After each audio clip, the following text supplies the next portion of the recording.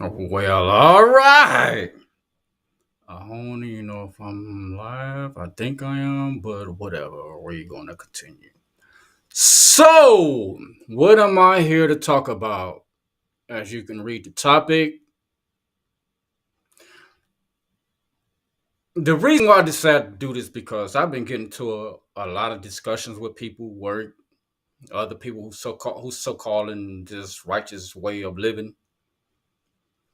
And one of the main topics is about this multiple wives things. And you see this a lot, especially on Facebook and all these other, you know, social medias. And when they had these little groups, polygamy and all this stuff.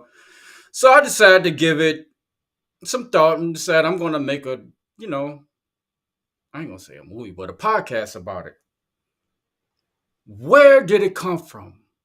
Did the creator intend for us to have more than one wife? This is the discussion.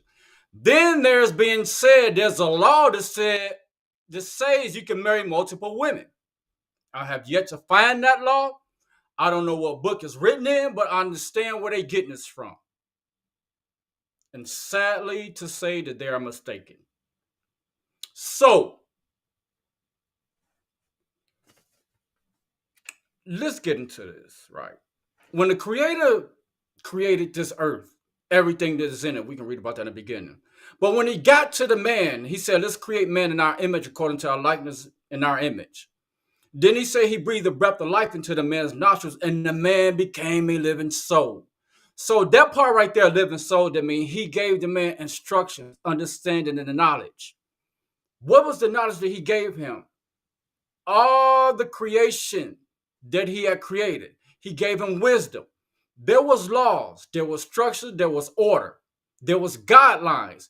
These are the things that he had put in front of the man to follow.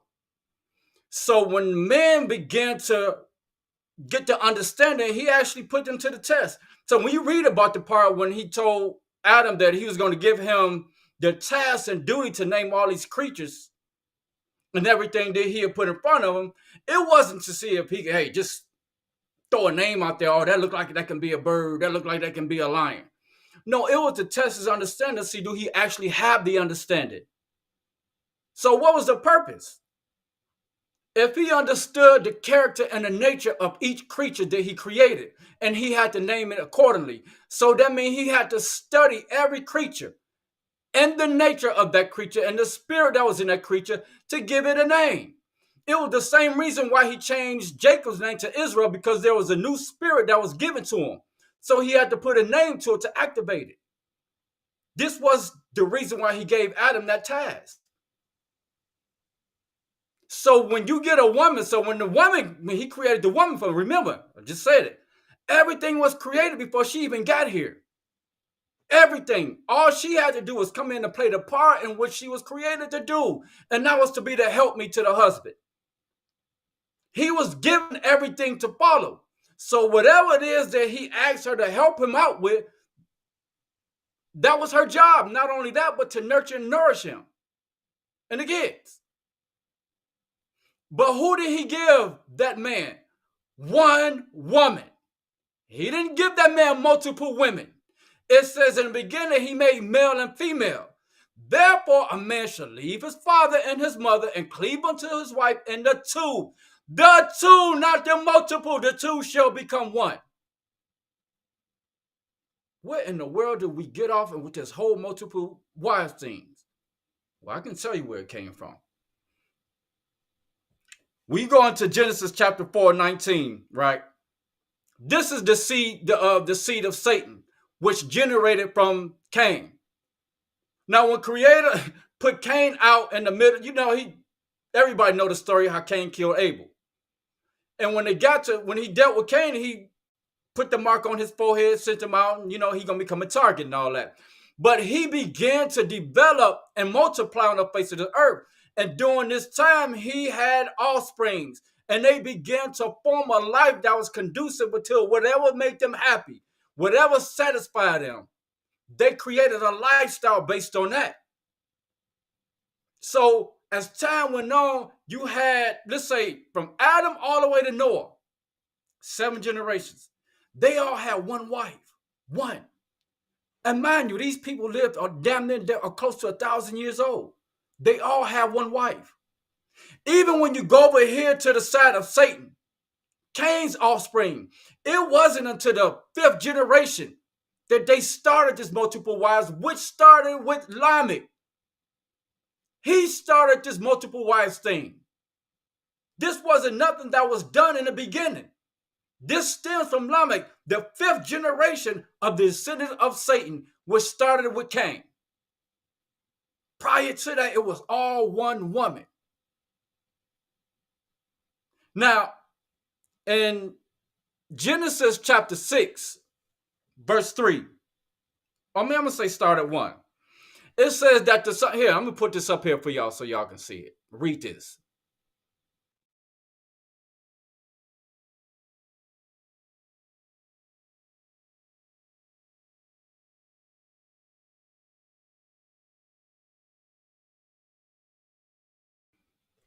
Okay?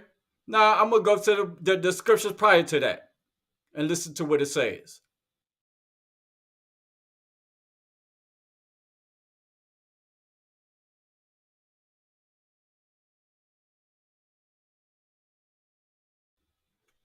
So in Genesis chapter 6, verse 2, it said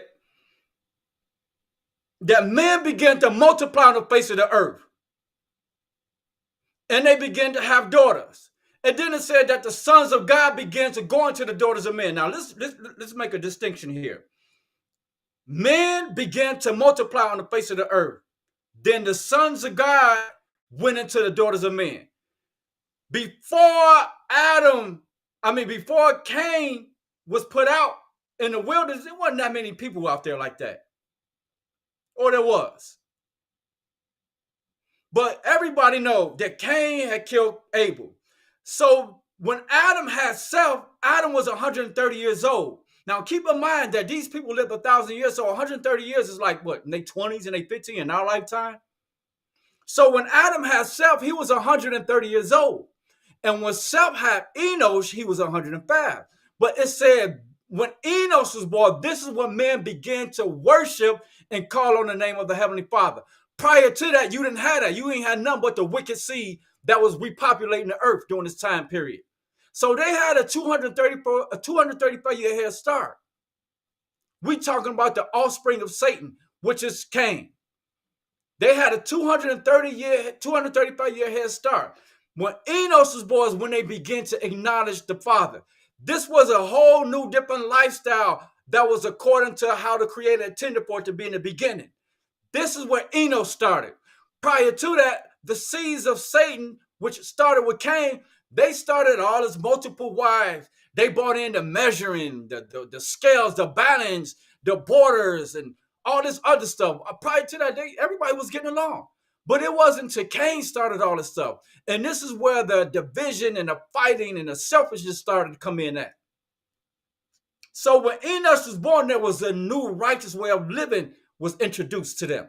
So when it says that the sons of God went into the daughters of men, and they began to take them wives of each of their choice. Let's keep in mind that when Enos was born, who was they going to marry? Because they didn't have no other body. You can't marry your sister or your cousins. They weren't even on the earth during that time period. Satan and his offspring had a head start. So he didn't have a problem with them getting married. Because what they did is they went and got the women from the daughters of men. They went and got them women and converted them to their way of life. But it wasn't to the seventh generation that when Noah was born, it was that generation who began to defile the lifestyle of the Creator and start veering off and going over here to the side of Satan and start living their lifestyle that Cain and them set up.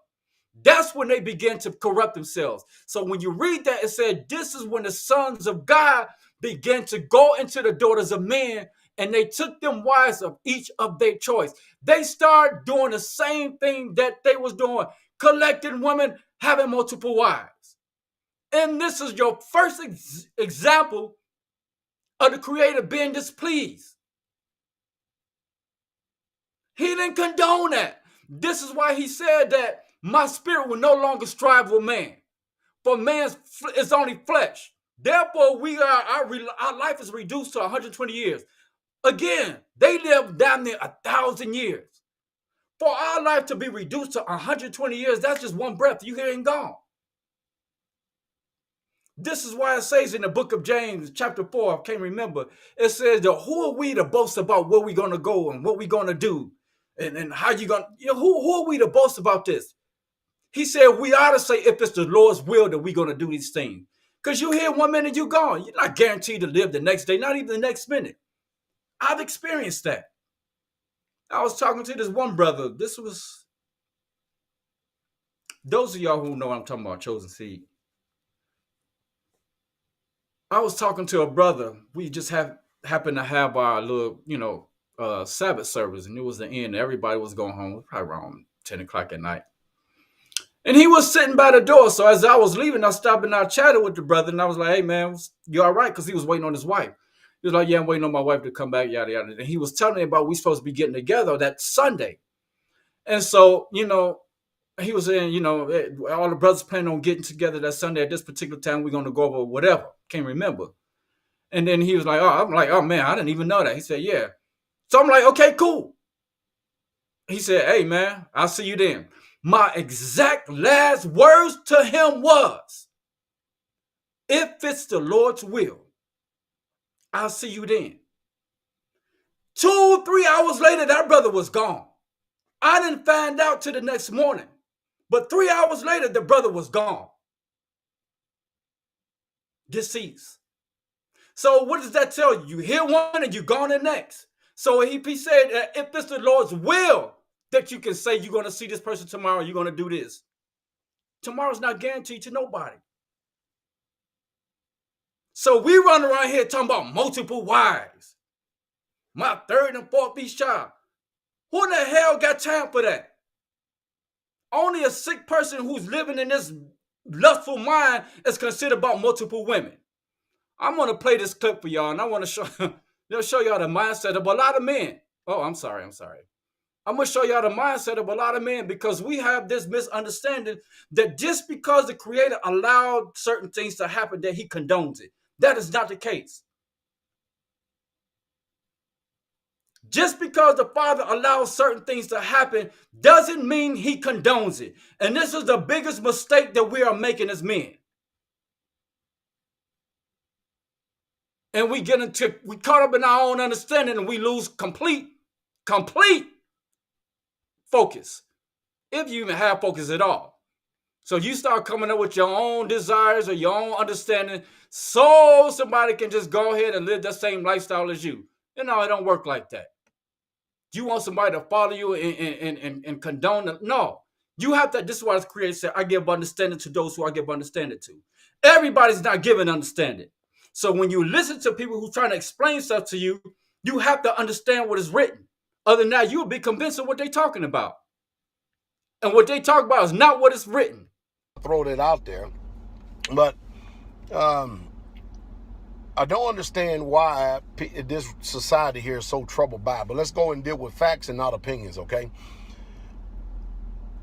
The majority of the patriarchs in the Hebrew community, Hebrew Israelite community, and I'm talking about Abraham, Isaac, and Jacob. If you believe the Bible, then guess what? You're going to see them in the kingdom. They were all polygynous, and they all had more than one wife, with the exception of a few, like Isaac and stuff. So what people do is whenever they can't find anything biblically against it, they continue to keep their personal opinion and assertions, or I call logical fallacies. What people try to do is try to call it sin without saying it's sin.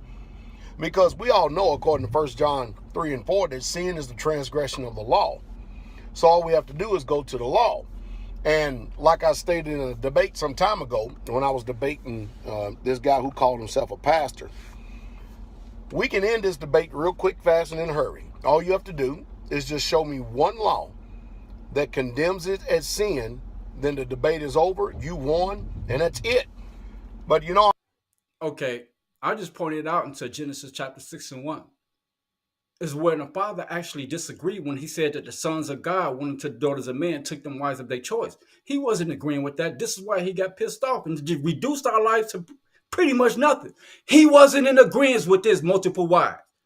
As I said before, he didn't have a problem with them marrying because they had to marry somebody. The righteous men took the daughters of men and brought them over to the lifestyle that they was living, that was that of the Creator. When you had other men who found it a lot more satisfying to live the life of the seed of Satan and marry multiple women, this is where things begin to get crazy. And he decided, okay, I'm going to shut your life short. 4 hours later, I still waited to hear it, and I didn't hear it. Never did hear it. And I often ask people who send me private messages, and Pastor Fox asking them the same thing. And a lot of people, they just do it. And we just said, just show us the law that says it's sin, and nobody can seem to produce it. They come up with logical fallacies. In other words, they come up with made up questions. Show me a law where it says we can marry multiple women. Anybody. You or any scholarly, biblical scholar, show me a law where it actually says that you can marry multiple women. You're not going to find it. I already know where they're getting this from. See, they have this whole misunderstanding that there's a law that says you can marry multiple women. There's not no law that says you can marry. Show me a law where it's actually saying you can marry multiple women. Anybody. You know, the Bible teaches foolish and unlearned questions avoid because they do gender strife. So these people come up with foolish and unlearned questions, foolish and unlearned statements. Let me give you a couple of facts here, okay? You remember when Hagar took off and left from Abraham? She took her son Ishmael and she just took off and left because of the strife that was going on with her and Sarah. And I'm going to deal with that one too. What did God tell her to do? God told her to go right back. Now, mind you, God knew that Abraham had already had sex with Hagar and produced Ishmael, Abraham's firstborn son. And if polygyny was, or a man having more than one wife was so evil, why did God send Hagar back, knowing that she was going back in that type of lifestyle? People say, all right, so you know, he just somehow mysteriously left out the whole part and where he told her to go back, or who he told her to go back to. Oh, it just said go back. To who? He specifically told her to go back to your mistress Sarai under her hands. When before he even remember how he acknowledged her, he said, Hagar, Sarai's maid.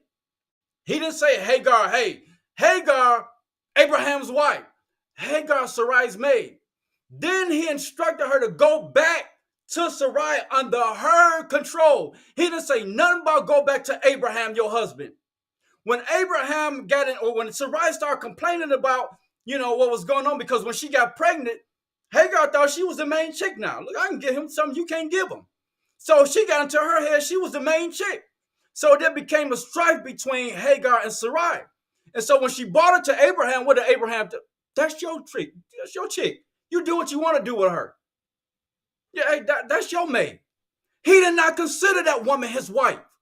So when the father told Hagar, he said, go back to your mistress Sarai and go under her control.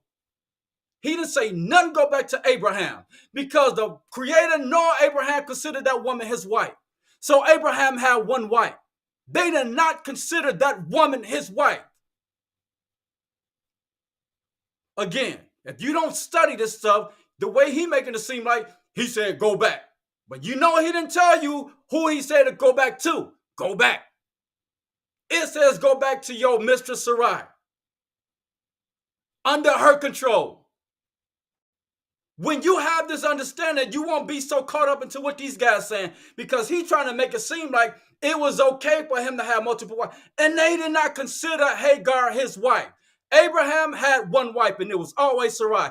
This is why the Creator told her to go back to her mistress Sarai and be subjected under her. Submit yourself to Sarai, your mistress, under her control. It didn't say nothing about go back, submit yourself to Abraham, because he did not consider that woman his wife.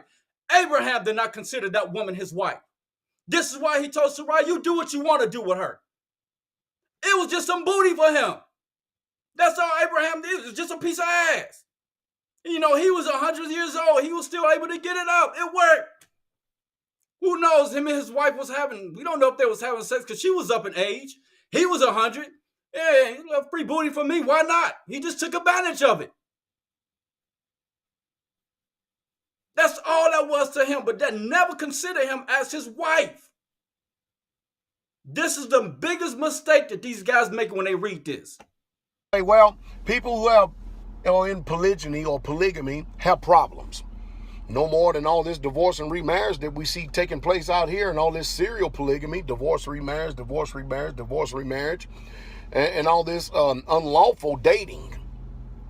You see, I can clearly make the same statement. For instance, except mine would not be a logical fallacy. Mine would come from truth and facts. I'll give you an example. Let's just assume that Adam and Eve were monogamous, all right? And I don't know too many people in America that is monogamy or that is monogamous. Do you? Before you got married, was you monogamous? Was your wife a virgin when you got married? If not, then guess what? Oh, well, let's just go on with the subject. He thought about it because he was about to cut himself real deep with that one. You remember what he just said? Was your wife was a virgin when she married? Now here's a man with multiple wives. He had to think about it. This is why he wanted to skip and go back to the conversation. Look at his face expression. We play that part again. He thought about it and realized he was about to cut himself wide open. Just assume that Adam and Eve were monogamous, all right? And I don't know too many people in America that is monogamy or that is monogamous. Do you? Before you got married, was you monogamous? Was your wife a virgin when you got married?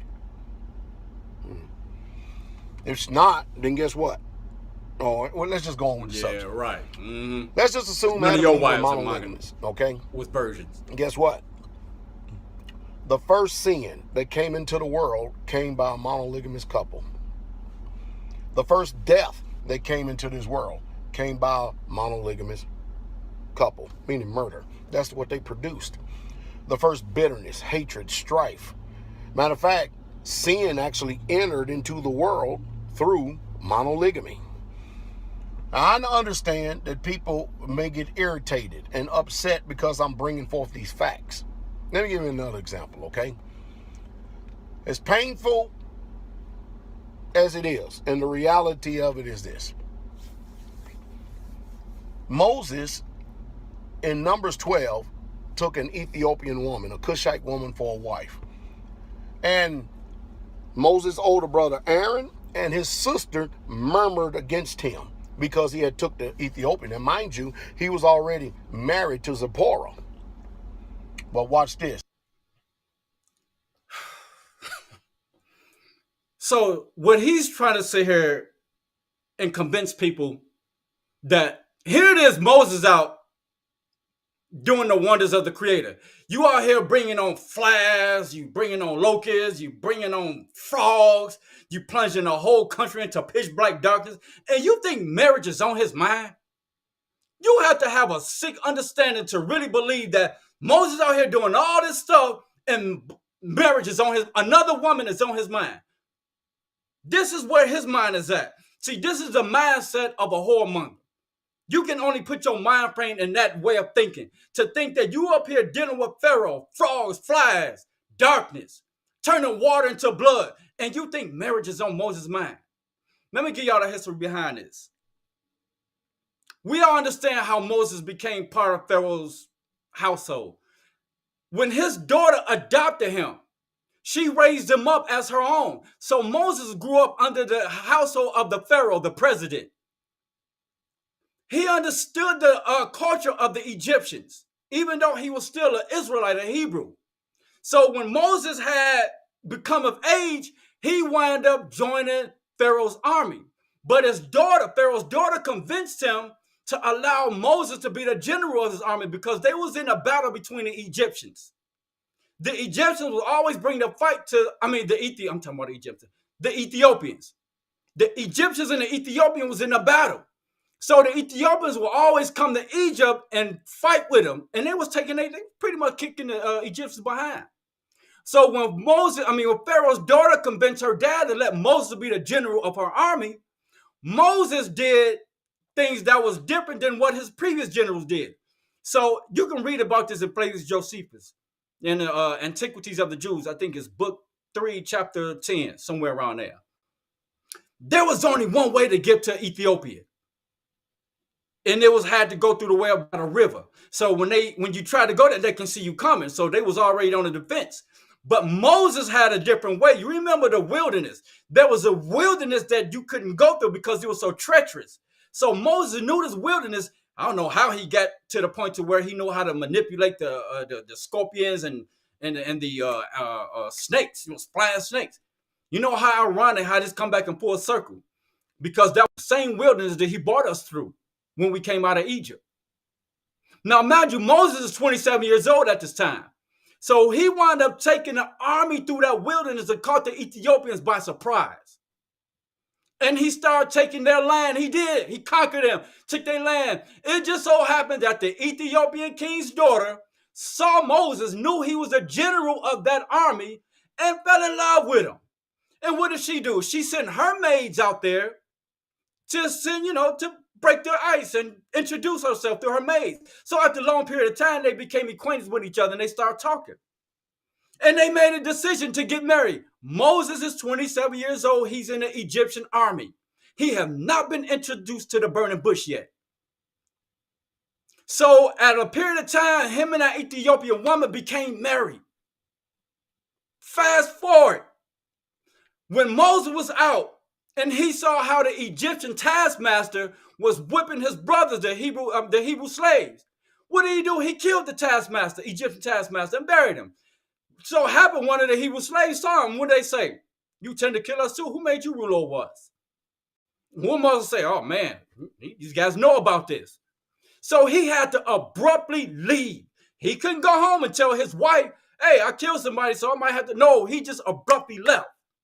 So over a period of time, when Moses was introduced to the burning bush, what the Creator say?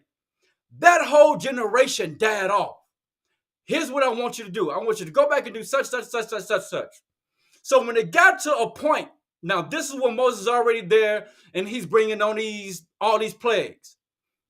This can be where Moses and Aaron and Miriam got into this argument or debate about him marrying an Ethiopian woman. It could have been. This is just my thought, that the conversation came about because maybe Moses got curious and wanted to know if his wife was still alive.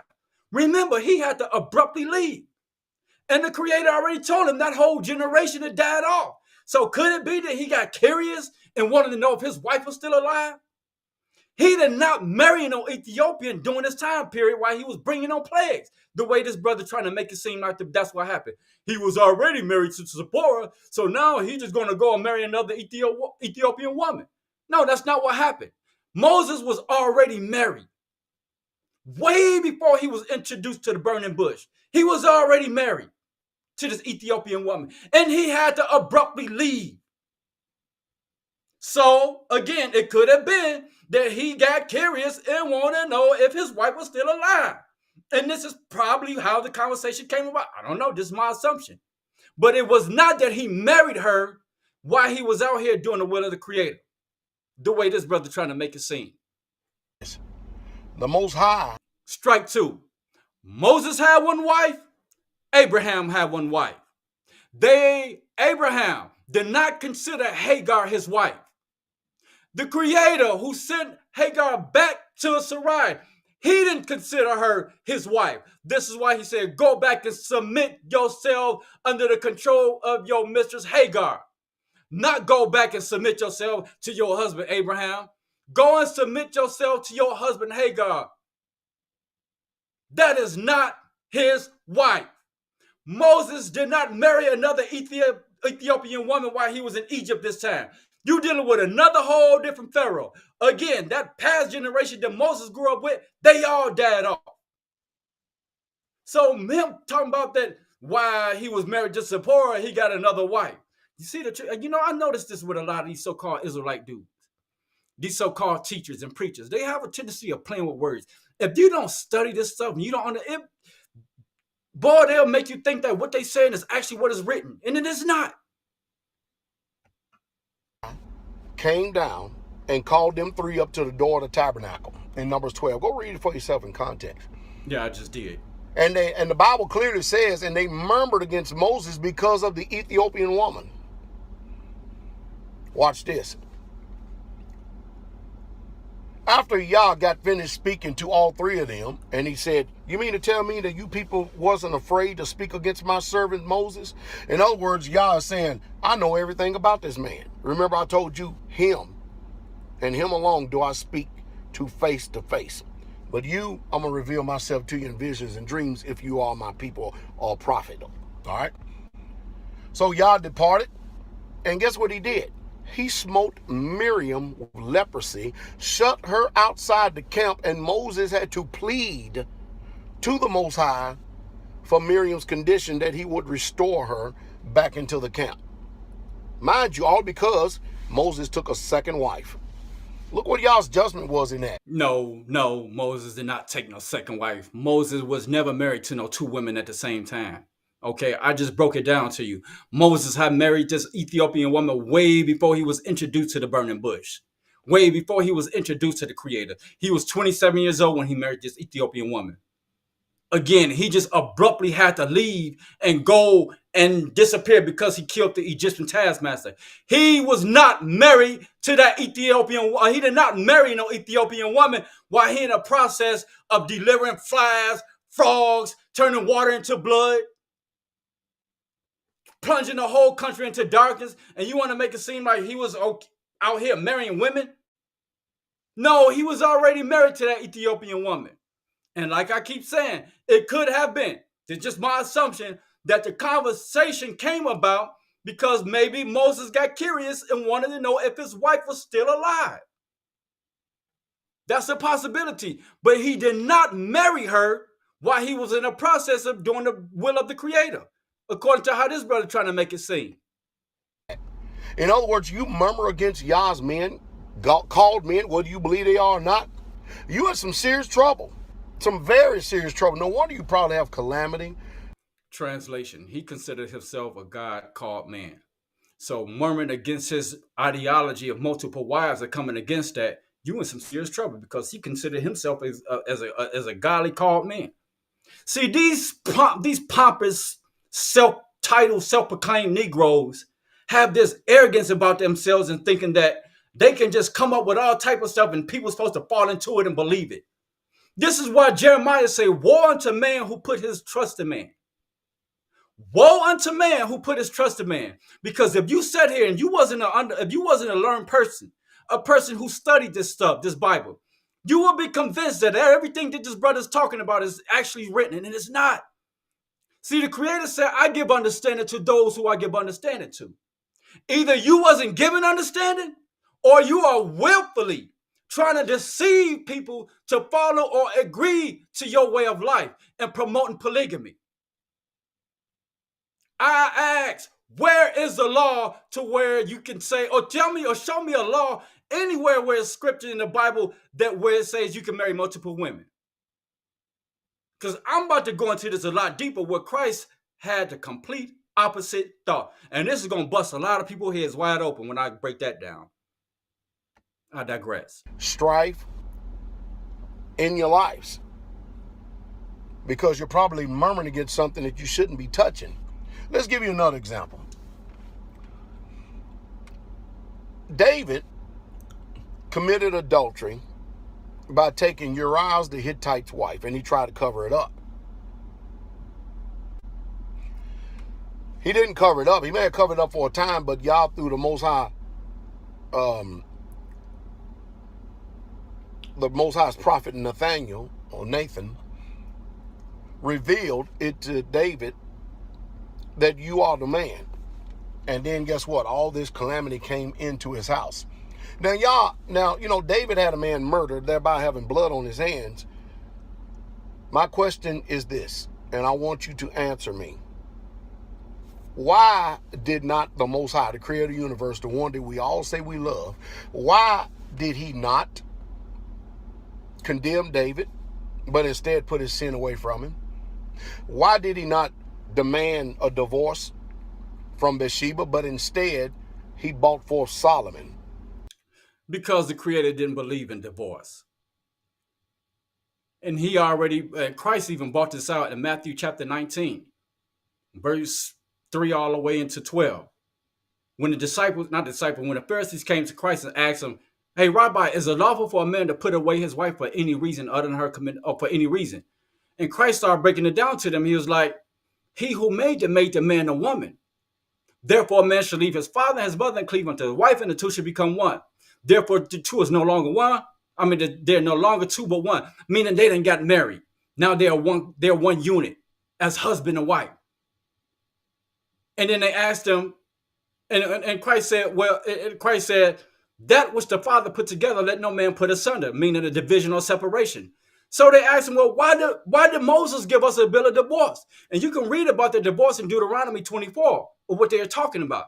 And Christ's response to them was, he said, "Because the wickedness of your heart, Moses suffered you to give you the bill of divorce because you niggas are going to do what you want to do, regardless of what I said." See, understand, when the Father told Moses, because you remember when Moses kept asking God, could he go into the land of Israel with the children of Israel? And God kept telling him, no, don't inquire about it anymore. But when he got to a point when he started showing Moses the beginning and the end, he knew our demise. He saw what was going to happen to us. And guess Moses was like, well, ain't no sense of me harping about this anymore. But what did he say? These people was going to turn against me. So he already knew our demise. So when he said, "Moses suffered you to get a bill of divorce because of the wickedness of your heart," you was going to do what you want to do regardless of what I say. That's why he did it. But did he condone it? No, he did not. This is what Christ said. It was not so from the beginning to get a divorce. Only because of the wickedness of your heart, he let you do it. So no, he's not going to let David. Here it is. You done killed this lady's husband, put him out on the front line to have him killed so you can sleep with her, and then you going to just let her go and just, no. You stuck with that woman. And out of that line, coming from David all the way back to Jesse, comes our Messiah, Jesus Christ, Yahshua HaMashiach. What in the world is going on? See, most of you are under a strong delusion to assume and believe that he's going to change his program to suit you because you have a Western mindset and you live in a Western society that deals after Western philosophy, coming from the history of the Romans and the Greeks, who have this uncanny ability to be able to steal all the glory of antiquities, including his history, and repackage and present it as if everything in this world and this earth originated with them. That's much to be desired, isn't it? David talked about that the musical instruments is the delights of men, but when you go look behind that word musical instruments, you'll find out that the delights of the sons of men are wives and more wives. In other words, just because your translation, especially in the New Testament, says a English word one, you need to go back and look behind that word, or the word own as presented in 1 Corinthians 7. Go look behind that English word that's presented to you. Okay, now he's just talking about a bunch of crap. So, I just broke it down to y'all how Moses became, well, the ideology that Moses was married to another woman. He was not. I just broke it down to you. Moses was already married to the Ethiopian woman way before he was introduced to the burning bush. And remember, when he killed the Egyptian taskmaster, he had to abruptly leave. He had to go. He couldn't go back and tell his Ethiopian wife. Moses still an Egyptian. He couldn't go back and tell his Ethiopian wife what he did. He had to leave because he knew that they was going to kill him. If they'd have called him, "Who are you to kill one of our people? You a Hebrew. How dare you?" So he had to run. So when the Creator introduced himself through the burning bush, he was given a task to go and deliver the children of Israel out of Egypt. But what did he say? That whole generation died off. So when Moses and Aaron and Miriam started discussing the conversation about him marrying an Ethiopian woman, well, we don't know why that conversation started. I just gave you an idea, probably because Moses wanted to know, or probably got curious, if his wife was still alive, because that whole generation died off, and he probably wanted to go see. That's just my idea. But no, he did not marry another woman while he's out bringing about the plagues. That is not what happened. Moses had one wife. Technically, yeah, he was married to an Ethiopian woman, but she probably was dead. He don't know. Abraham, married to one wife, Sarai. He did not consider Hagar his wife. This is why he told Sarai, that's your maid. You do what you want to do with her. And this is why the Creator told her, Hagar, go back and submit yourself to your mistress Hagar under her control, because they did not consider Hagar Abraham's wife. He didn't say go back and submit yourself to your husband Abraham. Submit yourself to your mistress Hagar under her control. He said he just told her to go back. See, the problem is that, like I said this before, we have this misunderstanding that just because the father allows certain things to happen, that he condones it, and he don't. Let's get into Jacob. Jacob married multiple women. We wasn't like these men was out looking for women like we're doing today.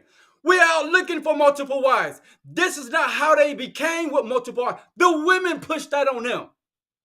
How did Moses get multiple? How did Jacob become a man with multiple women? His desire was for Rachel. He thought, knowing how Jacob was, he think he was going to circumvent the laws of the land and think he's just going to skip steps and go into the woman that he want, which is Rachel. But when the time came for him to get married, whatever celebration they had, I don't know, maybe he must have been drunk. But when he woke up, he was laying right next to Leah. That's not what he wanted. What did he tell? Hey man, you tricked me. I asked for Rachel. You giving me Leah. I don't want her. What did Laban say? It is not custom for us to marry the oldest before marry the youngest before the oldest. Am I saying that right? Yeah. It is not custom for us to marry the young one before the old one. So he had to wait another whole 7 years for the woman that he wanted. This is why he wound up with multiple wives. He never wanted Leah. He always wanted Rachel. So this is not a situation to where he was going out hunting women to marry and claim that these are my wives. These situation was thrust upon these men. Sarai thrust Hagar upon Abraham. He wasn't looking for no woman at 100 years old. If he wanted another woman, he would have did that in his early age. This man down there, 100-something years old, you think he went around looking for another woman? He just saw an opportunity to get free booty. So all it was just ass for him. He took advantage of it and slept with Hagar. Because Sarai had this mindset that she's going to circumvent what the Creator had already set up about them having a seed, which was Isaac. She didn't think that she was in a condition to be bearing out no kids at her age. That's why she said, you think my husband going to find pleasure in me at my old age? He probably didn't, because they probably wasn't sleeping with each other. But he sure did find pleasure in Hagar. Tore that behind up. But he didn't ever consider that woman his wife. Abraham had one wife.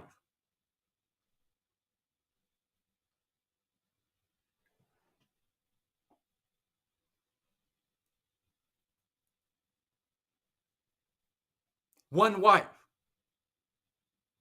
They did not consider Hagar his wife. Moses, one wife.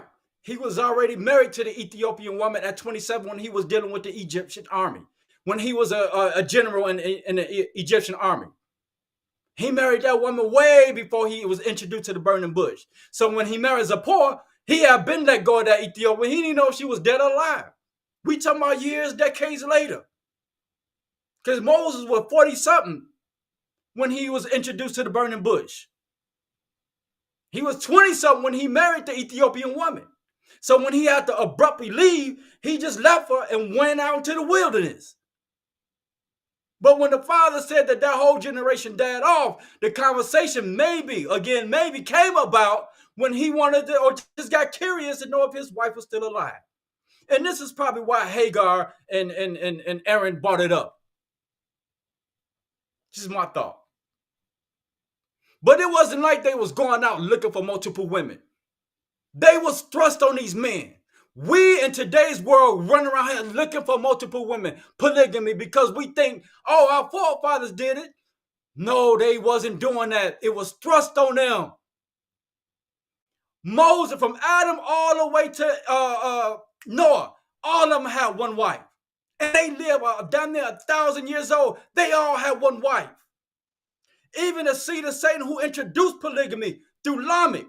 That's who started polygamy. Lamech, who was the seed of Satan. He introduced polygamy into this world. And that didn't happen until 5 generations later. Even they believe at one point it was one wife. So when Lamech decided he's going to bring in another whole lifestyle by collecting all these women, everybody from that generation said, hey, let's do the same thing. So this is why it says that the sons of God went into the daughters of men and took them wives of their choice, because they started multiplying, having multiple wives. The Creator wasn't with that. This is why he reduced our life to 120 years old. You're like one breath of life and we out of here. He wasn't in condoning it with that crap. Everybody have this misunderstanding. Just because the Creator allows certain things to happen, that he condones it. A prime example, this whole dietary law. Well, the dietary law said that you got to do this and you got to do that. You got to look at the toenail, got to go this way, and the other toenail got to go that way, and the chicken got to say something a certain type of way, and you got to clean it this way, and the dietary law. And in their mind, they thinking they really doing something. They're going into these deep crevices of dissecting the dietary law. Like the Creator condone. He said, you lusted to eat that bullshit. It's not that I want. You want to eat that crap. Okay. Since you want to eat it, here's what you can eat, and here's what you can't eat. This is considered clean. This is considered unclean. It ain't like you wanted to do this. He don't condone that. You wanted to do that. And you trying to, the dietary law. Same thing with the divorce. The reason Moses gave you a bill of divorce because the wickedness of your heart. It was not so for you to begin a divorce from the beginning. This is why Christ said that you are not allowed to put your wife away for any reason other than her commit adultery. If you put your wife away and you go around and you marry another woman, you committed adultery. So right then and there, he's telling you, hell, you can't even get rid of the woman that you have and marry another woman. You let alone talk about multiple wives. You get rid of that woman, you go marry another woman. You committed adultery in this life that we're living today. No, we are not allowed to have multiple women. He didn't condone it. Just because he allows certain things to happen doesn't necessarily mean he's in agreement with it. And this is the problem with these dudes. Jacob was thrust into that. He didn't want Leah. His desires was with Rachel. So he waited a whole another 7 years to get the woman that he wanted. He didn't care too much. And then when they started having kids and they got to a point when they couldn't have kids no more, here, you go into my maid, have kids by her. No, you take my maid. It was this competition with these women that was keeping up a bunch of foolishness, driving these men crazy to the point that even Jacob said, he got mad at Rachel because she couldn't have kids. Who you think I'm, God? You take your issue up with him. I can't help you. You know on me for? Who's driving this man up a wall? None of these, I grew up around this multiple wife stuff. It does not work. And you know what? I'm going to go as far as say anybody who's from Dimona. I'm going to go out and say 99.99.5% chance that none of them people in Dimona that married them multiple women are still with them same women. They are probably with one wife now, if that, or even if they even married at all. But I'm going to go on the land and say 99% of them dudes who married all the women, they're not with them women to this day. I'm going to take a chance to say that because it doesn't work. If the Creator intended for us to have multiple women, he would have given us that from the very beginning. We taking this upon ourselves because the forefathers, no, they're not going out here looking for women. They not going out here chasing women. This situation that you're reading about was thrust on them by the women. The women, the one that pushed the polygamy. I told you from the beginning, you had the seed of Satan that generated from Cain. They had a 235-year head start. So the lifestyle that they was promoting during that time, it was all generated for their life. There wasn't a righteous seed that was being produced, that was not populating the earth at the time. It wasn't until Enos was born that the righteous seed came about and started living a different life. And this is where they started getting corrupt when Noah's generation was born. That seventh generation. And this is why he got upset. He said that the sons of God went into the daughters of Satan, this man, and took them wives of their choice. They started doing the same thing that Cain and them and that generation was doing, marrying multiple women. And the Creator didn't sit well with him. This is why he cut our life short. 120 years, one breath of life. Where are they getting this multiple wives for that the Creator is in agreeing with this? They getting this from Exodus chapter 21, verse, starting at 7. When you read about that, when you actually read about that, that is talking about labor laws. These are talking about contractual labor laws and how to deal with each other. So in this situation, Exodus chapter 21, starting at 7, somewhere around there, it says that. So let me give you a little background. When the children of Israel started going into their own land, you had 12 tribes. Every tribe had their own land, their own city. So after everybody got settled, it got to a point, say, if I'm from the tribe of Levi, and I wanted to go and work under the tribe of Zebulun. Okay, I'm going over there, I want to work. I found a guy that'll give me a job. So the law was, as a man, if I go and I'm working in the tribe of Zebulun, I can work there, but on the 7th year, he had to release me. Whatever contract we made, you had to release me from that contract after 7 years. I'm no longer bound. But if I came in with a woman, when it's time for her to leave, I could leave with my wife. But if I didn't come in with a woman, and then he gave me somebody to marry, and if I wanted to leave, I had to leave my wife and children with him. That was the law. But it says that the woman cannot go and come as the man do.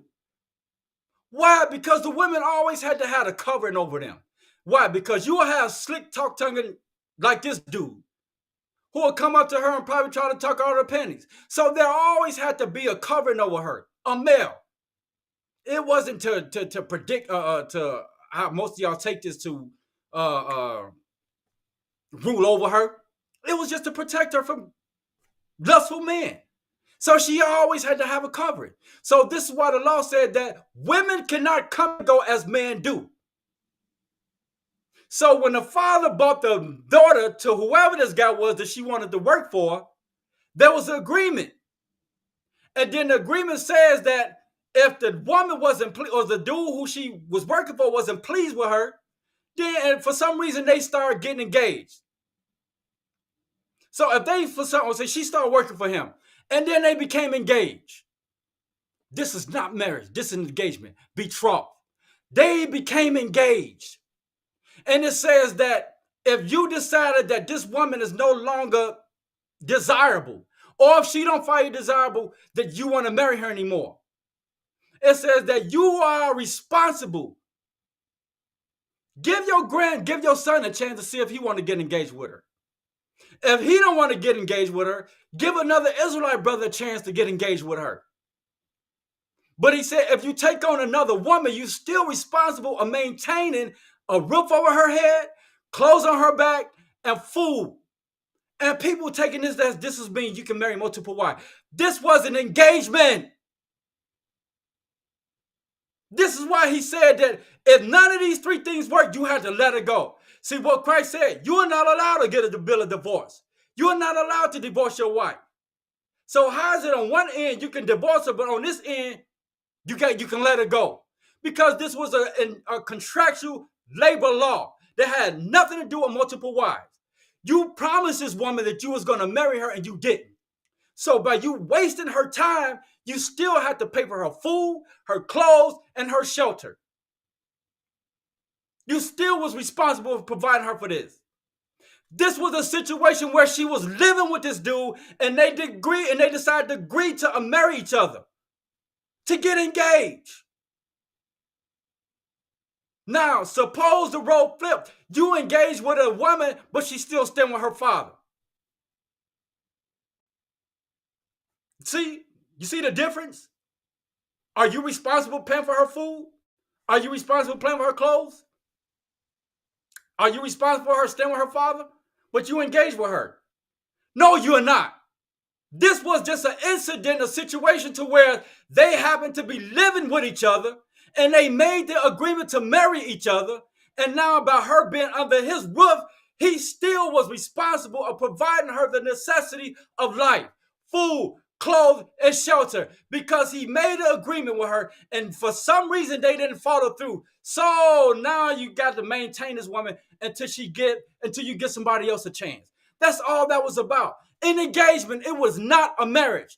The marriage became a legal marriage is when they engaged in sex. If she was a virgin and the blood from her virginity was shown that she was a virgin, the marriage became official through sex. They didn't do that in this situation. This is why he said that, hey, if you don't want her, if your son don't want her, give the Israelite brother a chance. If none of these things happen, you have to let her go. Free of charge. You have to let her go. This is not a marriage.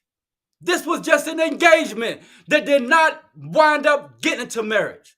It's the same thing that when the Creator told Moses and Aaron, I think this is Exodus 19, he said, look, go to the children of Israel and tell them that I'm your God.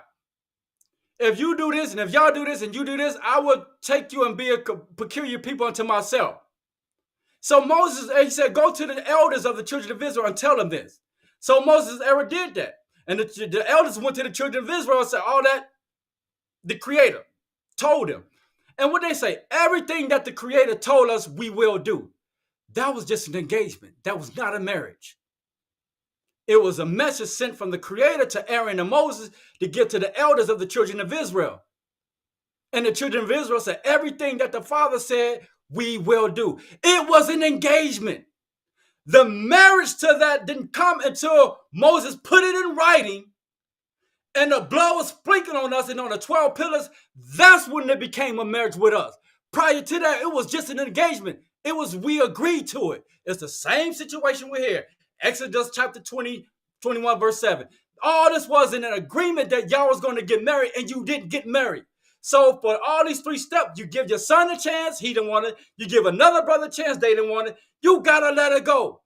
But the law says you're not allowed to divorce your wife for any reason. So how you going to make it impossible or agree that you can divorce her on this end, but on this end, you can let it go? Because it was not a marriage. And they saying because, let me say this. When you read the Bible, if there's a word, any word in the Bible that's italicized, it is not the original word. That was added in there. So when you read the Bible and you see that word wife, that is not the original word. It was added in there. The topic of that chapter was about labor laws, not marriage. We making one sentence because it says that if you take on another wife, this is Exodus chapter 21 and 10. If you take on another wife, you are to maintain the responsible of keeping a roof over her head, keeping clothes on her back, and putting food on her table. They taking this as this is an indication you having two wives.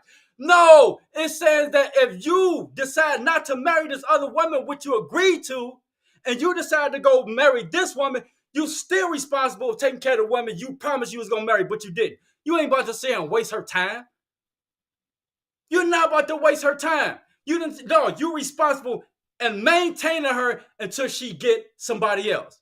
Now, if this was on the other foot, when you was engaged with another woman who was staying with her father, are you still responsible for paying for her clothes?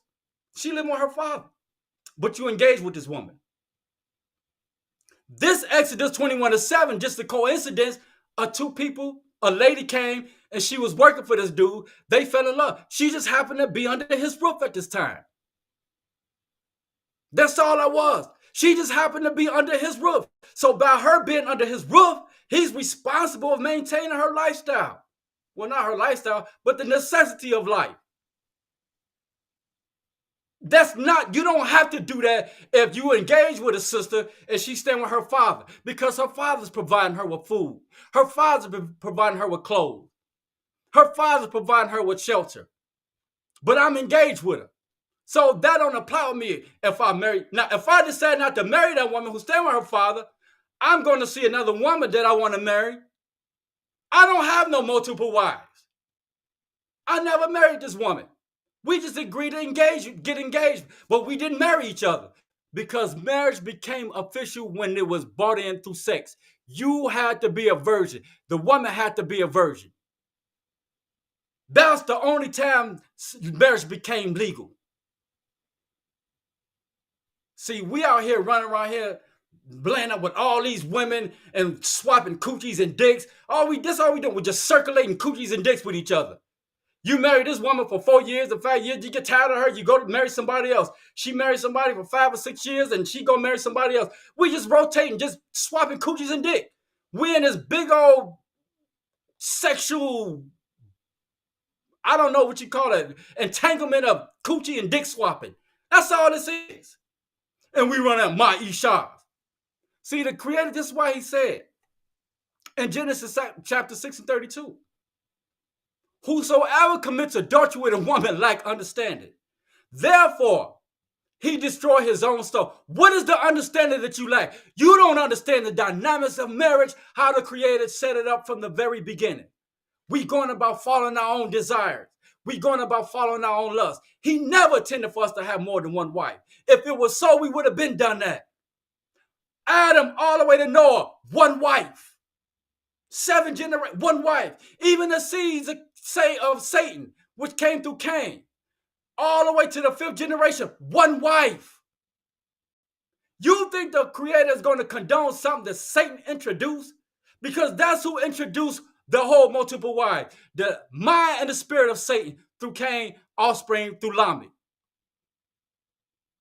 And we start using Abraham and Moses and Jacob as examples of us having multiple wives. And I will say and broke all that down to y'all. None of them went out looking for more than one wife. None of them went out looking for multiple women. Those situations was thrust upon them by the women. We just some sick, horny ass Negroes is trying to get out wet. That's all that crap is. And for you Negroes who got this Isaiah chapter, what is it? 41, in that day, 7 women should take hold of one woman. Oh boy. First of all, it said that 7 women should take hold of one man. It tells you who the man that was talking. It was talking about Yeshua was going to take away their reproach. We ain't nobody on this damn earth, especially us. No black asses ain't no goddamn condition to be taking nobody. You can't even take your own reproach away, let alone a woman. Sit your asses down and shut up with that bullshit. You can't take your own reproach away. It said that Christ is going to take that reproach away. Not you. It said the 7 women should take hold of one woman. Oh, God. Again, this is why Jeremiah said, woe unto man who put their trust in man. Because you listen to these people who trying to convince you that multiple wives is something that the Creator condoned, and you leading yourself straight down to the pits of hell.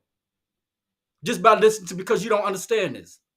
The dynamics of marriage. How the Creator intended for us to live from the inception of man and woman, husband and wife. So they get in Exodus chapter 21, verse 7 all the way to 10 mixed up. That's an indication that the law says you can marry multiple wives. All that is a contractual agreement between labor laws. It just so happened that these two fell in love while she was under his roof because her father bought her to this guy to work for him. And they just happened to fall in love with each other. And they agreed to get married. But somewhere, somehow, the marriage didn't fall through. So the agreement was, since you wasted this lady's time, you still responsible of providing her the necessity of providing food, clothes, and shelter. If your son don't want to get engaged with her, if another Israelite brother don't want to get engaged with her, you got to let her go. Does that sound like a very man? You married to her and you just gonna let her go? Or she can leave? No, you married to her. How is it that the creator gonna sit here and tell you that, if you marry him, hold on. You married, so if she was married and he's telling you to give your son a chance, so you about to pass your wife down to your son. I'm just listening to the logic. You gonna pass your wife down to your son. Oh, if your son don't want her, then you got to give another Israelite brother a chance to marry your wife. Just listen to the logic, what they're trying to convince you. Because this is what it said. If your son don't want, but it says that if I take on another wife, again, that word wife, italicized, was not the original word. So they getting, Genesis, Exodus 21:10 mixed up as to mean that you can be married to multiple women. No, it is not. That's just an engagement. I just broke down to you. I gave you an example with the engagement with the children of Israel. When the Creator told Moses and Aaron, go to the elders, to the children of Israel, and tell them, hey, look, this is what, if you do this, I'll be a God unto y'all, and y'all gonna be my people. Moses and Aaron went to the elders, hey, this is what the Creator said. So the elders went to the children of Israel and told them what Moses said, what the Creator said, and the children of Israel said, everything that the Father said, we will do. That was just an engagement. The marriage between us and the Creator came about when Moses put everything that we agreed to in writing, sprinkled us with the blood, put the blood on the 12 pillars. Then we became married to the law. Prior to that, it was just an engagement in Exodus 19. That's all that was. But when he put it in writing and sprinkled the blood, we was in the marriage. When you marry a woman of virginity and you got the blood from her, kept the evidence that she was a virgin by keeping the blood, it shows that you was married to her. You see that? That's how that goes. In this situation, Exodus chapter 21, verse 7, verse 10, no, they never got married because they never had sex. They never nullified, they never got confirmed or made the marriage legal because they never got sex. This is why she was free to go. It is not what they're trying to make you to believe. Now, we talking about multiple wives here. I want y'all to listen to what Christ said. When Christ was out teaching the children, and his disciples was with him. This is Matthew chapter 19, starting at 3. And the Pharisees came unto him and said, hey, Rabbi, is it lawful for a man to put away his wife? And Christ started explaining to them, like, he who made them man and woman. Therefore, a man is not allowed to put away his wife for any reasons for other than her commit adultery. That's later on. But he said that he who made them man and woman. And that a man should leave his father and his mother and cleave unto his wife, and the two should become one. The two, not the multiple, but the two shall become one. And he said that which the Father put together, that union that the Creator put together, let nobody or anyone for that matter come and put a separation asunder, which means a separation or a division between y'all. I don't care who he claimed he is or who she is. Women, keep your single mothers out your relationship. Keep your sisters out your relationship. Keep your miserable friends out your relationship. Do not allow anybody to come and put a separation and a division between y'all. This was the law that Christ, Yeshua, put out. I digress. So when he said that a man should leave his father and his mother and cleave unto his wife, and the two shall become one. And the Pharisees came and said, well, why did Moses give us a bill of divorce? And Christ started explaining to them. He said, look, The reason Moses allowed y'all to get a bill of divorce is because the wickedness of your heart. You wicked Negroes, wicked Negroes, you were going to do what you want to do regardless of what I said. So yeah, he suffered you to get a divorce. Remember, I brought this out early. He told Moses, I seen these people. They're going to rebel against me. He already knew our demise. Hey, so Moses suffered y'all to get a bill of divorce, but he said it was not so from the beginning. So Christ wound up going into details about this. He said that if a man put away his wife for any reason for her other than her committing adultery, and then if you run around and marry another woman, the woman that you land up with committed adultery, and the wife that you put away, if she wound up sleeping with somebody, they committed adultery. Here it is, this entanglement of dingling and coochie swapping. He said, if she and you marry another one, both of y'all committed adultery. What is the punishment of adultery? Death. So he broke it down to you are not allowed to put your wife away for any reason. So when the disciples heard this, they was like, I want y'all to listen to this. When the disciples heard this, they was like, if this be the case for a man and his wife, we better off not even getting married. Because they never heard of nothing like this. Because they was used to doing what we're doing today. Just getting married to a woman, you be with that woman for 4 or 5 years and you just move on to the next. She's getting married to a dude after 4 or 5 years, y'all get tired of you just going on with the next person. Here it is. We just in this entanglement, the circulation of coochie and dick. And all of a sudden, everybody just having a fuck fest. And Christ broke it down to how it's supposed to be from the inception of man and wife or man and woman, and how to establish the understanding of relationship from the beginning. He brought it to them, and when they heard this is when they said, if this be the case for a man and his wife, we better off not getting married. This is what the disciples said. I want y'all to listen to the response that Christ made. Listen to this. You talking about multiple wives. This is what Christ said. He said, what I'm about to say is not meant for every man. Every man is not going to get this. What I'm about to say, those who understand what I'm going to say, they're going to get it. It's not meant for every man. He said that there was those who was born eunuchs from their mother's womb. This is Christ speaking now. He said there was those who became eunuchs by other men.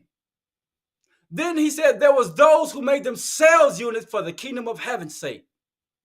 So for those of you who don't know what a eunuch is a man with no private part, a dickless dude. Put it plain and simple. There was those who were made eunuchs from their mother's womb. There was those who became eunuchs by other men. There was those who made themselves eunuchs for the kingdom of heaven's sake. When you read about in Revelations, I think chapter 2 and 3, when it says that the 144,000 that's going to rule along with Christ, they was virgins, these are those who have not defiled themselves with women. It's these eunuchs. It ain't nothing else. It is these eunuchs who have not defiled themselves with women. These are those who's going to rule the kingdom with Christ. The rest of us, we just shit out of luck. Going back to the breakdown.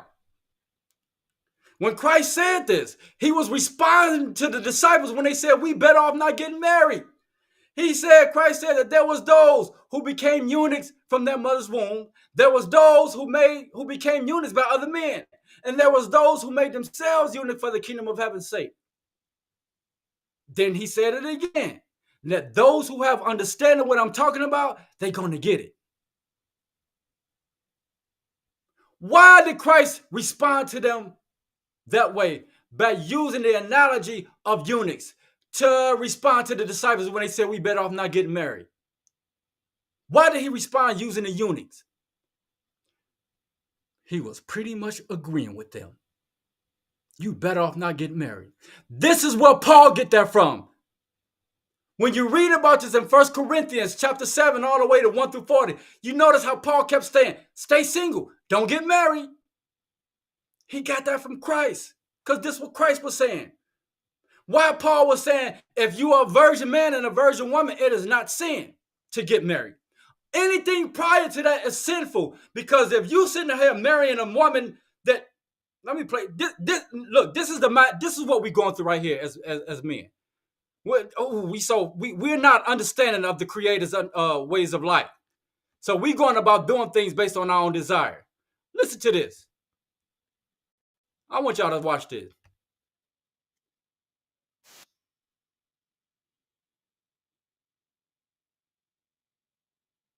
Oh, I'm sorry. I'm gonna play it. Oh, give me. Hey, motherfucker, y'all motherfuckers tearing that pussy up. You I'm going right now. I'm on the train right now. Y'all got children in that room, please. Fuck the soul up. She's good. I ain't got nothing else. Going again? Shit, we gonna run that train again. Alright, man, enough's enough. This is my girl now, alright? Ain't gonna be none of that fucking sucking, none of that. I love her. I just proposed to her. What? We all just did our thing, like. Nigga, I was then. Now it's now. That was 10 minutes, whenever. She good now, man. I love you. You gonna marry me? This is you multiple wives having Negroes. I'm gonna let it play again. Good luck, bro. Good luck. Okay. You know I can do it. Oh, give me. Hey, motherfucker, y'all motherfuckers tearing that pussy up. You I'm going right now. I'm on the train right now. Get my son, girl. Do your thing, man. Fuck the soul up. She's good. I ain't got nothing else. Going again? Shit, we gonna run that train again. Alright, man, enough's enough. This is my girl now, alright? Ain't gonna be none of that fucking sucking, none of that. I love her. I just proposed to her. What? We all just did our thing, like. Nigga, I was then. Now it's now. That was 10 minutes, whenever. She good now, man. I love you. You gonna marry me? Alright. This is what the life that we are living. And you run around here talking about multiple wives, and this is what every last one of you that marry, this is what they'd have been through. No telling how many men your wives were sleeping with. My bad. You don't know how many your wife been passed around to God knows how many men. And you that dude, I love her. This is my wife. But you collecting women, you multiple wives. Man, I'm going to tell you how stupid and sick we are. I grew up in Dimona, in Israel. And we was in that multiple wife stuff. You will have, literally, we sick in the head. This is why the Creator said the whole head is sick. From the head to the toe, from the oldest to the youngest. We just sick. You have people who live right next door to each other that have been married for 20, 15 years. Get a divorce from her husband and marry the dude right next door to her. This is what we was doing over there. The stupidest that y'all think about this like we just stupid. We don't have no understanding at all. We just live a life based on our own desires. Literally, you a divorced husband who's standing right there, live not even 2 feet, 2 steps away from you, and you're gonna marry the dude right next door. You've been married to this guy for 20, 15 years. You get a divorce from him, now you're gonna marry the guy next door. Just sick. So this video that I just played is a prime example of what we be doing. And you multiple wives having Negroes, this is exactly what you're dealing with. The woman that you land up with been all around the goddamn neighborhood, if not the city. But here you come, that's my wife. I love her. All that other stuff, this is my wife. My Isha, my wife number 3, number 2. And she done been with Tom, Harry, Dick, and Balls, and anybody else. And here you come settling down with her. But the man who took her virginity is her husband. This is why Paul said that if a virgin man and a virgin woman come together and marry, it is not sin. But Paul was always indicating stay single. I just broke it down to you earlier when Christ was saying, giving you the analogy about the eunuchs, because Christ was agreeing to stay single. When he gave the analogy, when he was responding to the disciples, when the disciples said, we better off not getting married. So Christ was breaking it down to them about the eunuchs, was in agreement with him. And this is where Paul get that from. 1 Corinthians chapter 7, 1 all the way to 40. Paul will always say, if you are single, don't get married. But if you can contain yourself, okay, get married. But if a virgin man and a virgin woman come along and get married, it's not sin because they have not been defiled with other men and women. But even with them, he was saying, if you marry, the problem with that is that you're going to be subjected to whatever it is your significant other, you're going to be subjected or satisfying them because their satisfaction comes from the desires of this world. If you marry a woman, you're going to be you're going to be bowed down and trying to please your woman, and her satisfaction becomes from the things of this world. And who the earth was given over to in Job 9:24? Satan. This is why Christ was saying that, because he understood the earth was given over to the hands of Satan. Nothing good is going to come out of this. Nothing good is going to come out of it. That's why he was saying, stay single. This is why Paul was saying, stay single. If you marry somebody, they're going to be subjected to the ways of this world. Remember what it says in James. If you are a friend of this world, you are an enemy unto the Creator. Paul understood this. He understood what Christ was saying, that when he gave the analogy about the eunuchs, to stay single, because, let me say this. You remember in the beginning when Satan was conversating with Eve, right? And it got to a point when she said that she started breaking down everything that that was taught to her by her husband. And Satan started, giving her a different outlook other than what she was taught. What did she say? This is a man to be desired to make one wise.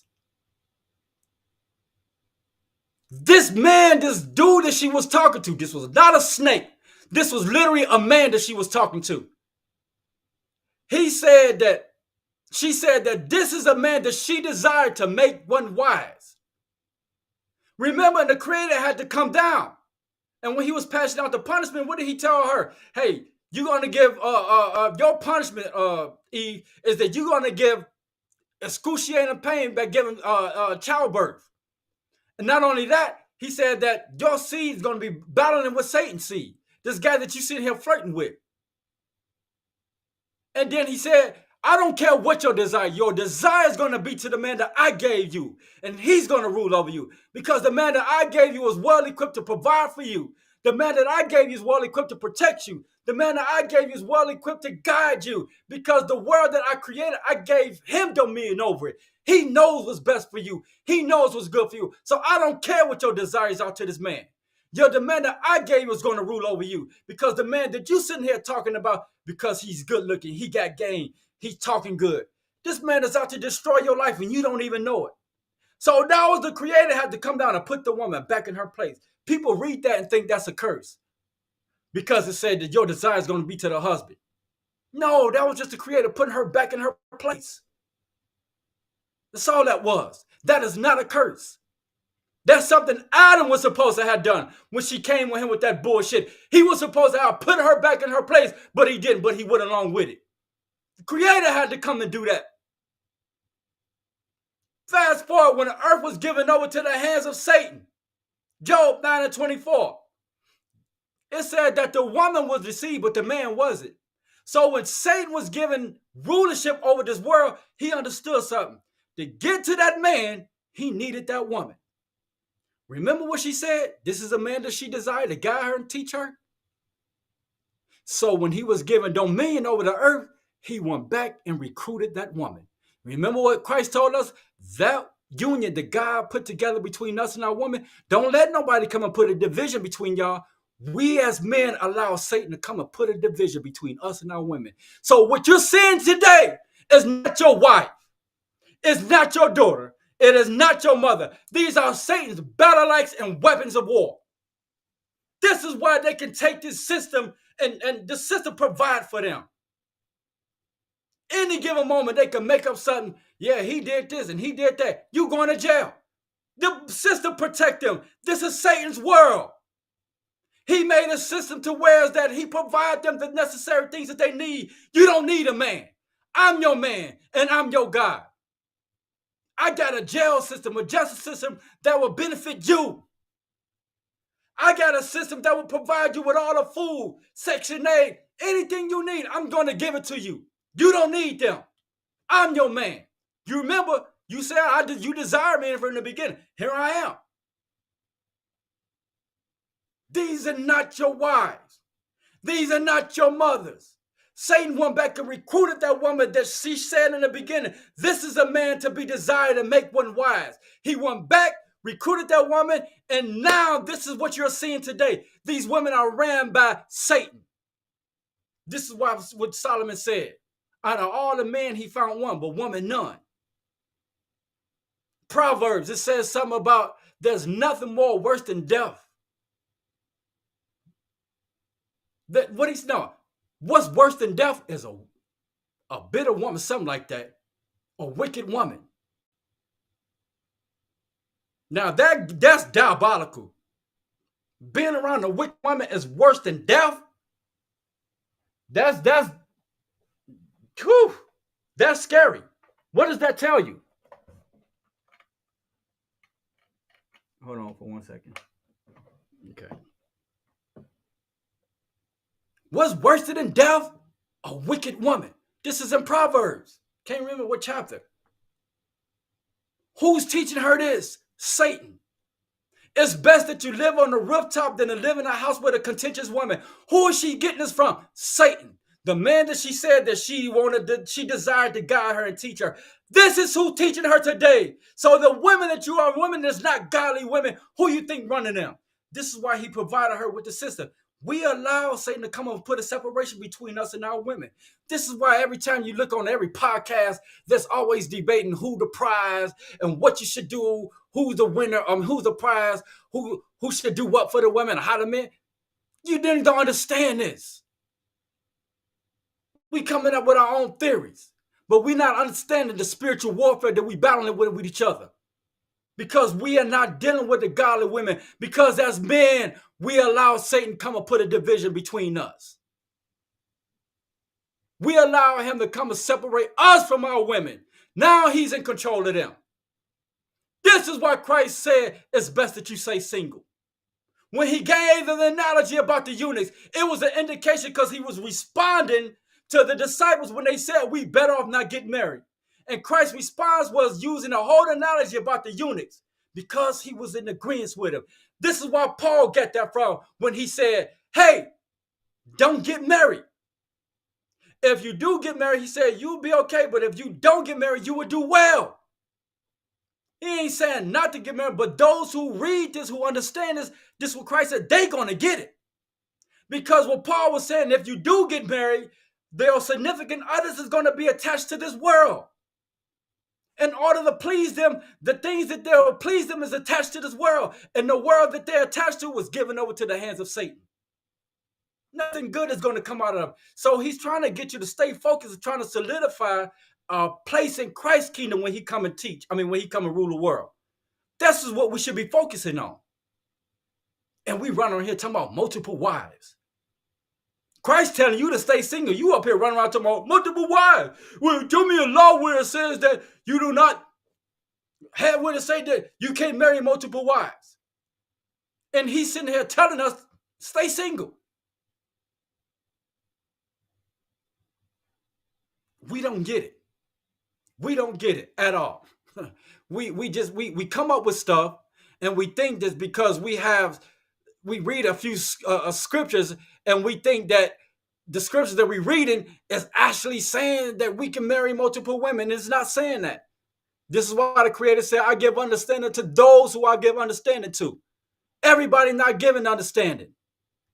So by understanding, you're going to actually get into this mindset thinking that, hey, I'm doing the right thing because our forefathers did it. And our forefathers was just doing pretty much following their own lust, their own desire. Abraham, he ain't married that woman. It was just free booty for him. Isaac had one wife. Jacob, he was forced into it. He didn't want to out here looking for multiple wives. He wanted Rachel the whole time.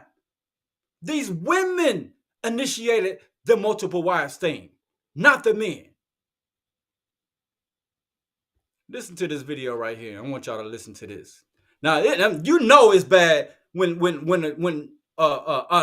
unspiritual man coming to the realization about having multiple wives. I mean, having one wife, how beneficial it is. Watch this. See, yeah, not everybody, like you have any type of sense, you will know that what's right and what's wrong. Oh, come on. I hate this thing. It's frozen. All right, give me a minute. Give me a minute. Give me a minute. All right, let's do this again. Let's try this again. Okay, here we go. Oh, disappeared. We're going to try this one more again. All right, here we go. It is. Believe it or not. It says former NBA player Steven Jackson speaks on the importance of having kids with one woman. And it's so wild that it's become so common to have children with multiple different women. And I fell into that trap as well. Now, on my podcast, so I have a podcast with my best friend Elliot, and we talk about a lot of different topics. But most recently, we've been diving really deep into biblical relationships, marriage, and biblical dating. And we've been sharing our personal stories as it relates to our dating history, and all of those types of things in an effort to try to show y'all what to do and also what not to do when it comes to biblical dating and trying to find that person who you're going to marry, that person who is equally yoked, that person who's going to glorify God with you and build a legacy, build a generation of God-fearing children. One of the biggest regrets, and it kind of pains me to even say that because I call it a regret, but I also don't regret my daughter, right? I don't regret my daughter. I don't regret, my baby girl, but I do regret my decision making, and I regret my obedience to my flesh. And this is before I gave my life to Christ. I didn't even really know anything about what having a relationship with God looked like. All I really knew was that I wanted to fulfill the desires of my flesh, and I did that. And that's the problem with a lot of us. And this is why a lot of these guys using this whole Exodus chapter 21, verse 10 as an excuse, because they just trying to satisfy the desires of their flesh. That's what Abraham did. Right. And now I'm in a situation where, I'm married and I have children with my wife, and, I also have one child with my ex, and it creates a dynamic.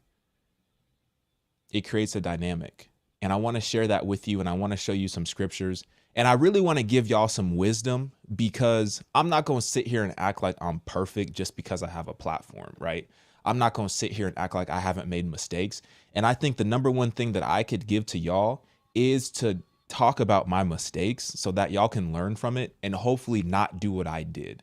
I don't want to sit here and ever act like I'm, perfect and I don't have, skeletons in my closet, because I do. So let's get into this video and then let's have a conversation. All right. I wouldn't be a real one if I didn't share this game with my little bros, my little homies out there. I wouldn't be a real one if I didn't share this game with y'all. One, I've made a lot of mistakes in my life. So I feel like to share this game with these youngsters out here are the ones who planning on having families and moving forward and doing different things, and being successful. A lot comes with it. What I want to tell y'all: find one woman love her and have families and have babies with her. Do not have kids by multiple women. No shit. Listen to me. That shit is overrated. The shit is played out, and it ain't what you think it is, okay? I have kids by 5 women, right? I take responsibility for laying down with them, making babies with them and all that. I take full responsibility. You know what I'm saying? But 3 of them, I regret even knowing. What does this tell you? This is why the creator set it up the way he did. What does this tell you? You have I ain't gonna call this brother wicked, but you have a man with no understanding come to this realization. What does that tell you? Paid millions and millions and millions of dollars in child support. You dig what I'm saying? And still don't see my kids. At 42, my kids in high school and in college. But peep this out. I'm saying this to say, find one woman, love her, have kids with her, and build your family. Because having kids by multiple women can destroy your life. I've been having 3 out of my 5 trying to destroy my life since the beginning of time. You know what I'm saying? Like I said, I pay millions in child support and still don't see my kids.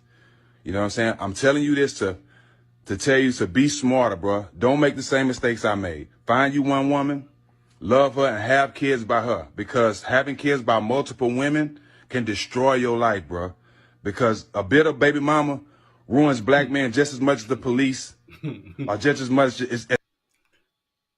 I'm gonna just say this. This is something that even you can read about this in the Bible. Every time we fuck up as men, we always try to put the blame on the women. We done fucked this shit up, even though he said he take responsibility, but now you trying to blame the women. You should have thought about this before you stick your dick in them. Oh, it's the woman's fault. I just sat here and broke down to y'all early on when I just gave you the whole breakdown about how Eve was conversating with Satan, and she said this is a man to be desired and make one wise. To tell you what she was trying to get through, because he was telling her, hey, I can make you that bad bitch, that independent bitch, that boss bitch. You don't need a man. I can make you that type of woman. This is why she said this is a man to be desired to make one wise. So when the opportunity was given to Satan to rule the world, he went back and recruited that woman. And this is what you are dealing with today. But Christ told us from the very beginning when he put us together, don't you allow anybody to come and put a separation, division between y'all two.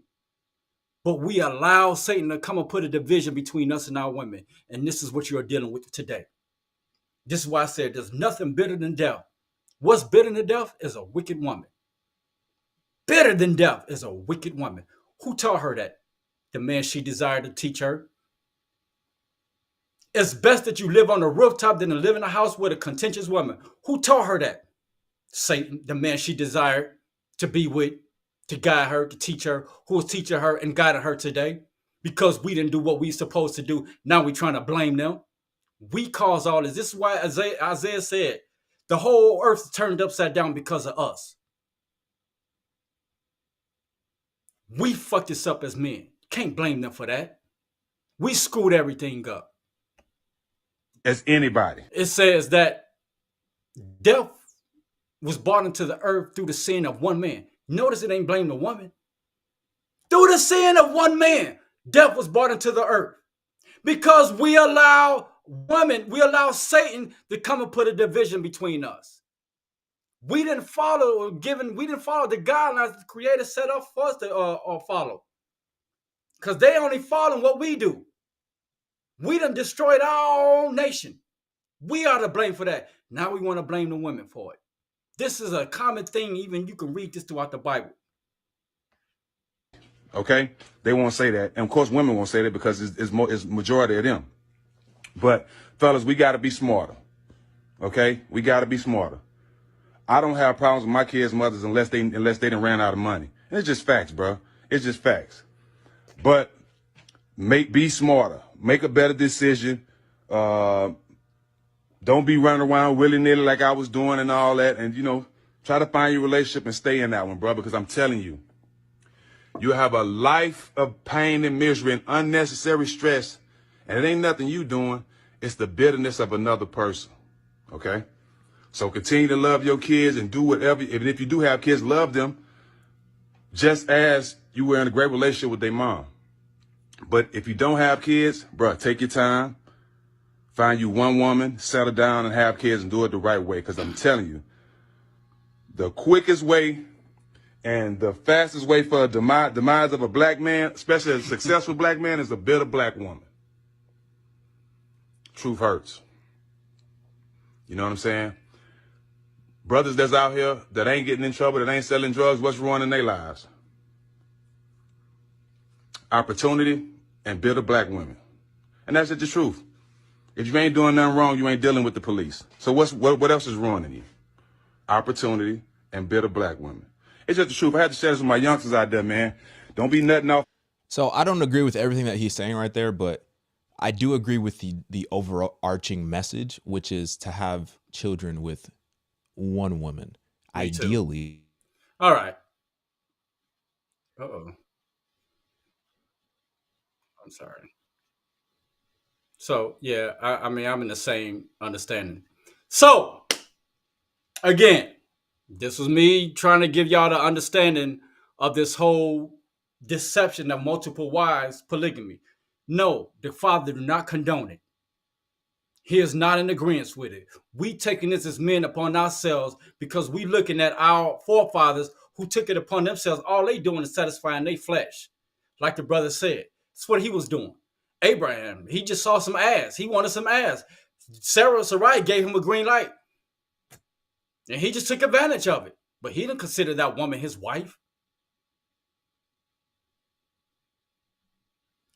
Jacob, he wasn't trying to marry Leah. He wanted Rachel. It just so happened he was tricked. His own little wizardry and his foolishness came up and caught up with him. So he was tricked. When he woke up, he was laying next to Leah and realized that's not the woman that he actually worked 7 years for. So he wound up going to another woman. I mean, working for another 7 years for the woman he wanted. But he wasn't out here chasing women. None of our forefathers did, except for that one dude that what's his name? That had Panina and I can't remember his name. But that's the only chance he went out looking for multiple wives. Just because the Creator allows certain things to happen doesn't necessarily mean he condones it. Get that Exodus 21:7-10 out your head. That is not a law that's saying that you can get married. All that is, and I broke it down. All that was is a situation to where a young lady was taken to another city of Israelite brother, worked for this man. They decided to fall in love. They decided to get engaged, as we said in Israel and Hebrew. They decided to get a mikodesh. Okay, somehow it didn't work out. So the law was, since this woman is under your roof and you decided whatever reason you don't want to marry her, you have to give somebody else a chance to want to possibly marry her. If that don't work, you have to let her go. They read in Exodus 21:10 because it said, if you take on another wife, you're still responsible. No, that's not what that's talking about. It just so happened she was staying with him. So if I was engaged with a woman that was staying with her father, who was paying for her food, who was paying for her clothes, who was keeping a roof over her head. But for whatever reason, we decided to call the engagement off. Am I obligated to keep paying for her food? Am I obligated to pay for her clothes and her shelter? She already staying with her dad. But we didn't go with the marriage. We called it off. This just an incident to where they just happened to be staying with each other. And he was providing these things for her already. So he had to keep doing it. You wasted this woman time. You told her you was going to marry her and you didn't. So now you got to let her, I gave you the options to follow. You got to let it go. This is not talking about having multiple wives. This is where they're getting that from. It's lawful. Show me. I challenge any biblical so-called scholar, any pastor, any deacon, any whatever you call yourself. I challenge you to prove to me and find to me where there's one law that says you can marry multiple women. You want to get on a debate about this? Because I got some more that can go further into breaking this down. I challenge you on a debate. Anybody about this multiple wives thing. I challenge you on that.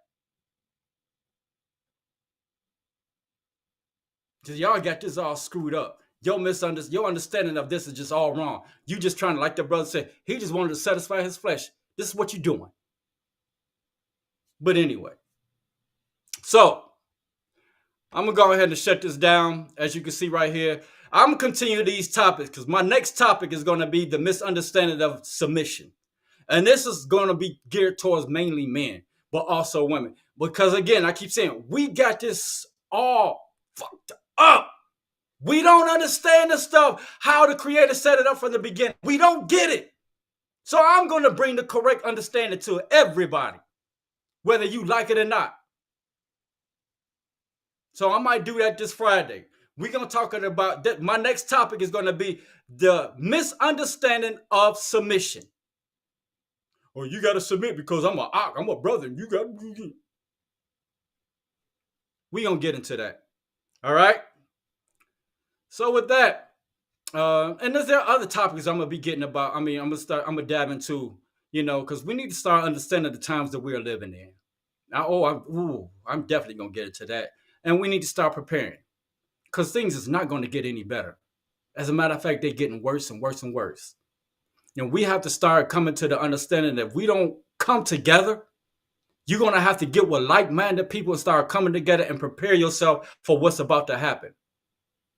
Because things ain't looking good and they're not getting any better. So start getting your mind right, especially you sisters. Get into a mind frame to where you need to start preparing for survival mode. Brothers too. Get with like-minded brothers and sisters. Start creating communities and start stocking up on food, doing whatever you need to do and prepare yourself for what's about that, because we about to go into full straight up chaos. Trust me. With that, inshallah, as the Muslims say, Lord's willing, I will see y'all this coming Friday.